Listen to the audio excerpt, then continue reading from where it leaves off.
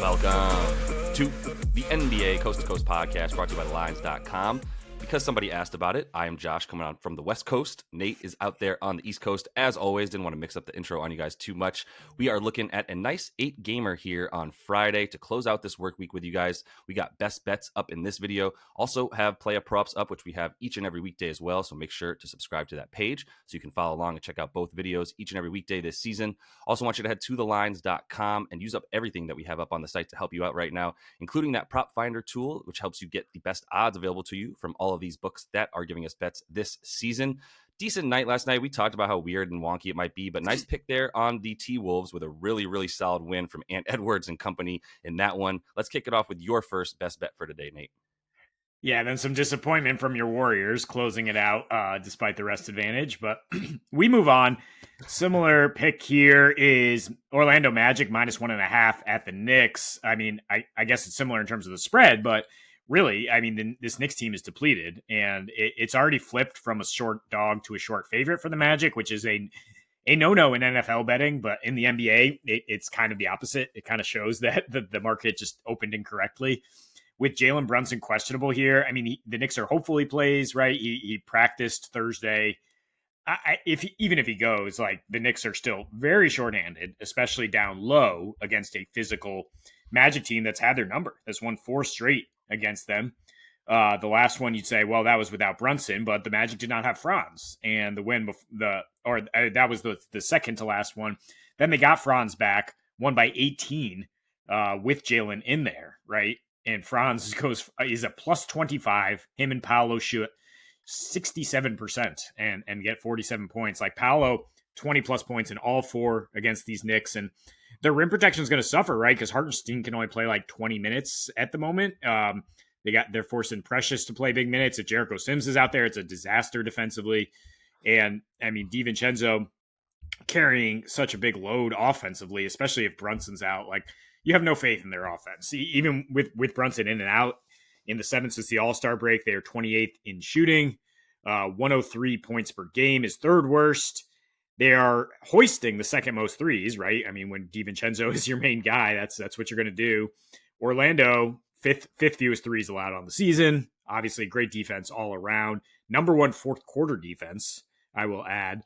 And the Knicks have a 100 offensive rating. They're -16 net in the 4th. Since this break, Orlando's been hot. They have the highest field goal percentage since the break. They've won 8 of 9, of course. And yeah, I mean, will they really play Brunson here with OG and Randall coming back soon with back-to-back games coming against Philly over the weekend? Sunday and Tuesday. Those might be even more important in terms of, like, all right, let's at least make sure the other struggling team gets pushed down into the play-in rather than trying to climb over Orlando here in terms of our seeding. But really, I think it's this: the Knicks, they got to look ahead to better days when they get closer to their full team, when they're absolutely rolling, and don't risk Brunson turning a near big injury into a big injury by pushing him too hard. I mean, he's a tough guy. He might want to go, but I just don't trust him. Yeah, I mean, even if he was completely fully healthy, I think we still kind of like the Magic in this spot. Yeah, as a Knicks fan, because by the way, when he says the Warriors are my team, it's because I'm out here in the Bay and I covered them for a long time. The Knicks are my team.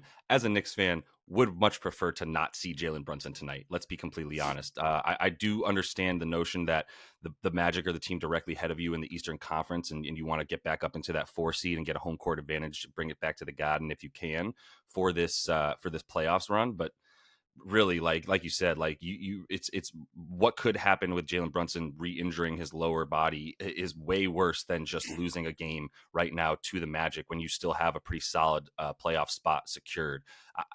All of that said, even if he does come back, to your point, like you're relying on him to be the offense to pick it up and change things for you. I mean, the guys they're throwing out there, like I have love for, but when it's Dante DiVincenzo, Miles McBride, Bojan, Josh Hart, Alec Burks, Precious Achiuwa, Isaiah Hartenstein on a 25-minute restriction limit, like that team is not better than the Orlando Magic. That team is not better than probably, 7 to 8 to 9 teams, at least in the Eastern Conference alone, right? So that pushes them way further down.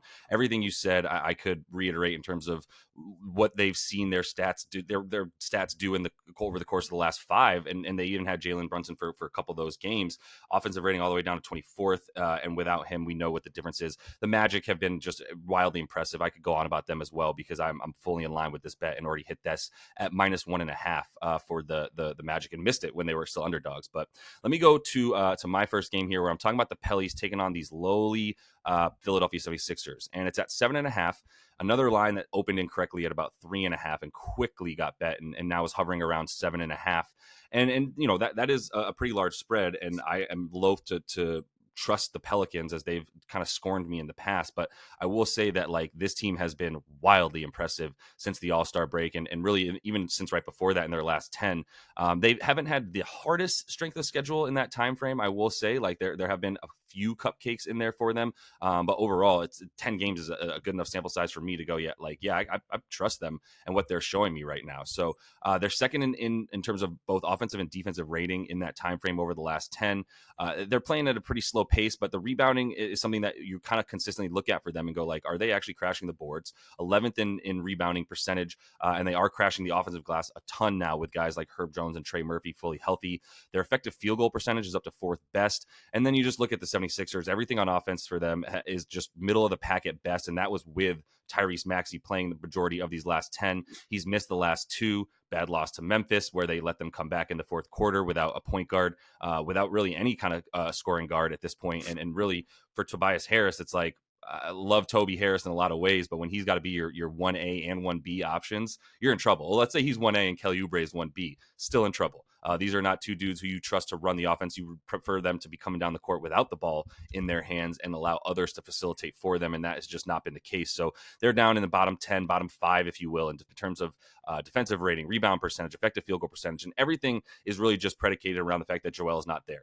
Period. End of story. They can be as good as they want. This spread, if Maxey was in, would probably be around 3.5, 4, maybe even up to 5. People would bet it because they see how good the Pellies are, even on the road. But without Joel, everything just drops, especially on defense. And it's interesting because their 3-point defense has suffered maybe the most. Well, let's be honest. It's down low that it's suffered the most without Joel, but they're sending guys to the free throw line because they're out of position because they can't sell out necessarily on the 3-point line because they don't have any defense behind them, right? And so their defensive 3-point percentage has gone way up from both the corner and from above the break. In fact, in the corner, it's really really notable that they're giving up the third highest percentage to their opponent at a really high frequency that teams are shooting in the corner. And guess what? The Pellies love to do, shoot from the corners, averaging like basically as a team, like 12 corner threes a game over the course of their last 10, which is a lot. You're getting about 3.5 of those from Herb Jones and about 3 of those from Trey Murphy as well, who's been putting up about 9 threes per game on average over the course of his last 10. So we still don't have props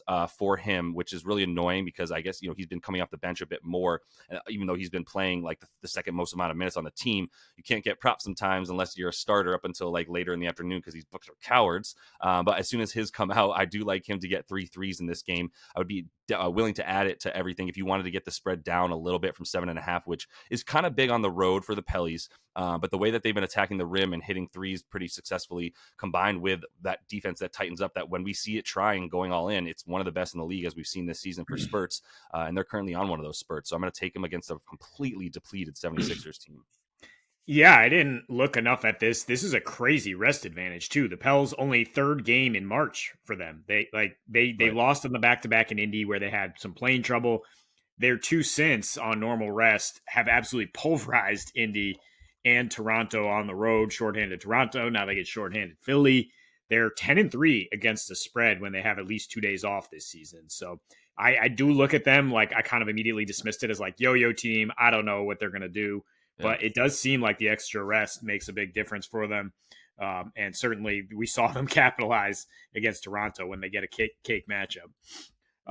So I'm going to go back to the Los Angeles Lakers and Crypto Arena and take the under here with the Bucks still out there on the West Coast. It's 232. Might get bet down a couple points here, but I think 230 is fine. I think both teams are playing slower than you would expect, than you've seen in recent matchups between these teams. I mean, even their last matchup in LA only got to 221, was played. The last 2 matchups have been played at a 97 pace. So this is not your run and gun Bucks anymore. The Lakers have been really up and down in terms of their pace, and there's a strong correlation as you would expect. Where, I mean, they either go to like 102 to 104 pace. 4 of those 5 have gone over. And if they go under 100 pace, sometimes they go way under. 7 of the last 8 are under. Denver's kind of the exception to both rules just because of their insane half court efficiency. But the Bucks offense has just not been particularly good, really all season. But I mean, worse under Doc Rivers in terms of efficiency. I think the Lakers have some shoring up to do after they got burned in ball screens by Fox and Monk, right? And we were like, it was looking good, both our under and the Lakers to win. And then in the second and third quarter, they just fell apart. But now coming back, a little bit of a bounce back spot defensively, at least. I think they can do a pretty good job on Giannis, forcing him to kick out to a Bucks team that isn't getting to the free throw line and is highly dependent on threes right now in this current offensive iteration. Lakers have allowed an average of 12 and a half threes in their last 7 home games. It's pretty good, 38%. Again, pretty good. On the other side, I mean, they're so dependent on scoring in the paint, right? And this kind of unsustainably good 40% three-point shooting, which I think the Bucks are really good at identifying who they want to shoot, and they are not going to let the few Lakers that can really shoot it, get good looks. Obviously, they're elite at protecting the paint right now. Best paint defense in the league since the break and under Doc Rivers. And neither of these teams have had much of a parade to the free throw line. I mean, both we're looking at like 17.7 free throw attempts for the Bucks in these last 3 meetings, and that's what the Lakers are getting since the break too. So just don't see an environment for an over here, even though the Lakers just like completely let go of it and got torched in their last game. They've kind of been trending under, and I think the Bucks have gone under every single game since the break. I mean, definitely under this total. Yeah, it's interesting because they went under in that Buck or the Dubs game because of the fact that they didn't score. Was the interesting thing, right? They did give up the 120. Warriors were in a different place in that one in terms of like needing to have a really nice victory after getting smacked by the Celtics in the previous game. But I didn't know what to do with this one, so I don't really have nearly as strong of an opinion. I would lean under. I just these recent numbers for the Lakers on the defensive side of the ball and offensive side of the ball scare me a little bit. When you look at the last 5 to 10 games, one of the top offensive ratings, one of the bottom defensive ratings for them. Both teams playing a similar strength of schedule, so it's like whatever you want to do with that. Both playing a slightly slower pace than you might expect them to each as well over the course of the last like 5 to 10, or let's just call it 7 to 8 because that's when the All-Star break came around. I don't have nearly as good of a read on it, honestly. So I would, like I said, lean under. This thing has dropped a bit in the total, so obviously some smart people, or at least people that can move some lines, agree with you, and that's where I would lean as well. But I'm going to close it out with something that might be a little bit scary because you have to take the Houston Rockets on the road. But I believe a little bit more in the recent 3-game winning streak for this Rockets team more than I care about the home road stuff for them, especially when you're playing a Portland Trailblazers team that is missing pretty much everybody that you could actually name on their team. I want to make sure that I get it right because I have it right here for everybody that's not going to be playing for this team. We're talking about a massive. We got Malcolm Brogdon out. DeAndre Ayton's not playing. He's doubtful. Jeremy Grant is questionable. Seems to be leaning towards not playing. Scoot Henderson not likely to play. Shaden Sharp is still out. Jabari Walker might come back, might not. And Rob Will, as we know, continues to be out. And so, you're left with like Anthony Simons in the gang trying to really just like wrangle this thing from 3. And the Rockets, while they did have a little bit of a slide and they are going to be somewhat of a seesaw team this season, in their last 3 definitely have pulled things back around a lot more, finally winning a couple games in a row and had a really nice win there. I just want to make sure I'm not wrong. Yeah, in terms of the Clippers game as well. But yeah, so for this one, like I'm really just looking at DeAndre Ayton being out and Şengün kind of doing his thing. Talk about him a little bit more in player props, but there's really not going to be anybody to stop him. He's got some pretty high props there as at their core with the 22.5 points, 11.5 boards. I think there's some value on the assist for him, but it should be a situation where, especially without DeAndre, and this team has already been bad at defending centers in terms of giving up the points and the rebounds to them as well. they haven't given up quite as many assists overall in the season, just because I think they've been trying to slow it down, which we've seen. The Rockets have been on one of their random like spurts of playing really fast as of late, the third fastest pace since coming back from the All-Star break, which is pretty surprising for them. But playing in Portland, I think they're still able to play at a slightly slower, choppy pace and play with this Portland Trailblazers team that is going to want to slow it down more than anything, because they don't really have the guns to get in there and get it.